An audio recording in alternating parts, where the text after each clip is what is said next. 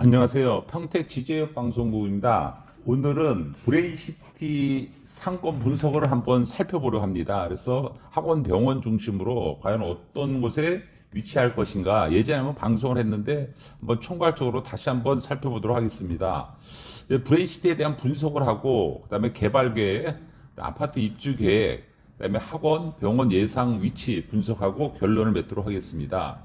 브레인시티는 뭐 지도에 보시다시피 거의 아실 겁니다. 그래서 도율동 1원에 146만 평이 들어선다고 보시면 되고, 주변에 뭐 아파트, 상업용지, 지원시설, 그다음에 단독주택 이렇게 형성이 되어 있습니다. 그래서 상권이 어떻게 될 건가 이 분석을 해보면은 상업용지 주변이 맞는 거예요, 사실은. 근데 상업용지가 요즘에 거의 해약을 많이 했다고 알고 있어요. 분양받은 사람이 그냥 계약금을 포기하고 해약한 상황이 많기 때문에 건축하려면 시간이 많이 걸리고 좀 더딜 것 같아요. 그래서 저가 봤을 땐 지원시설이 제일 빠르다 생각하는데요.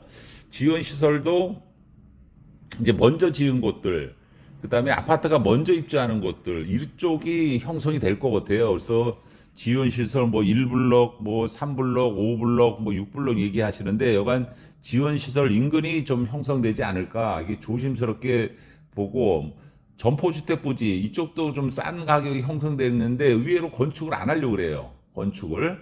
그다음에 이제 대학이나 뭐 이런 곳이 좀 어려워, 좀 늦춰지고. 그래서 아파트 인근, 지원시설 인근, 이 인근이 제일 먼저 형성되리라 이렇게 예측을 합니다.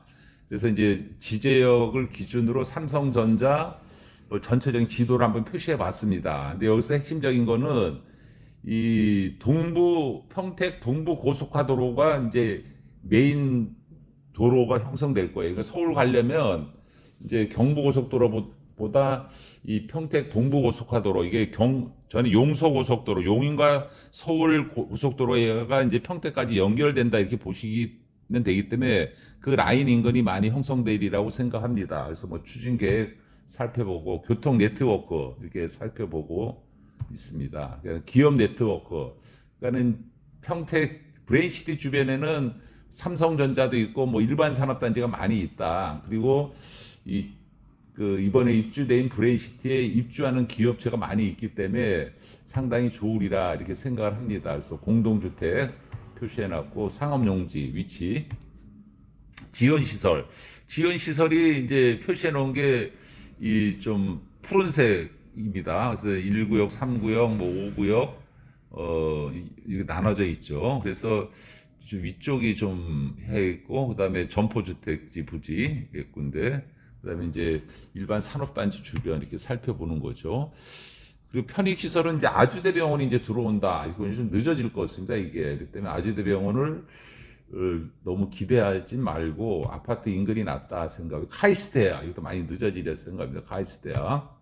그다음에 이제 한경대학은 지금 개교를 하고 있죠. 근데 학생 수가 많지가 않습니다. 이거 한경대학이. 그래서 한경대학이 있다. 그리고 아파트 입주 계획을 좀 살펴봐야 됩니다. 그래서 이 내년 9월, 26년 9월에 모아 일가가 제일 먼저 입주하기 때문에 이 인근을 카이스트 대학 쪽에 이제 빨리 형성이 할 거냐, 아니면은 이제 밑으로 형성이 될 거냐. 그러니까 1-3블럭 쪽, 1-5블럭 쪽 이렇게 보시면 되는데, 그다음에 27년 2월에 이제 중흥 S클래스가 입주를 하고, 그래서 저거 볼 때는 지원시설 부지가 제일 빠를 것 같습니다. 그리고 아무래도 진입이 좀 가까운, 이제 고덕이나 지제역에서 가까운 쪽, 그래서 그 라인이 좋으리라고 보고, 아파트 입주 계획을 많이 봐야 됩니다. 그래서 입주 계획을 저희가 이제 동원 비스타가 이제 분양이 시작됩니다. 펜스를 쳐놨어요, 거기가 카이스트대학 쪽에. 그래서 이제 바로 하고, 그다음에 그랜드 센텀 했고, 그다음에 밑에 이제 모아에서 하는 아파트, 이것도 이제 분양이 들어갈 것 같아요. 요거는 이제 28년 5월에 이제 이렇게 하는 거고. 아파트 입주 계획을 잘 살펴봐야 돼요. 저가 봤을 때 이제 1구역, 2구역, 3구역을 이제 저 섹터를 나누면 1구역은 상업용지 주변이고, 2구역은 이제 지원시설 부지, 이쪽 바운다리 때문에 지원시설 인근이 병원, 학원 하기가 제일 무난하고 3구역은 한경대학 주변인데 아파트가 없기 때문에 시간이 걸릴 것 같아요. 저는 개인적으로 2구역 바운다리 지원시설, 마주보는 지원시설 이쪽이 유망하다 이렇게 생각하고 뭐 카이스트 인근은 좀 시간이 걸릴 것 같고 1구역을 분석하면 상업용지랑 주상복합 지역을 이제 1구역으로 표시를 하거든요. 제가 개괄적으로.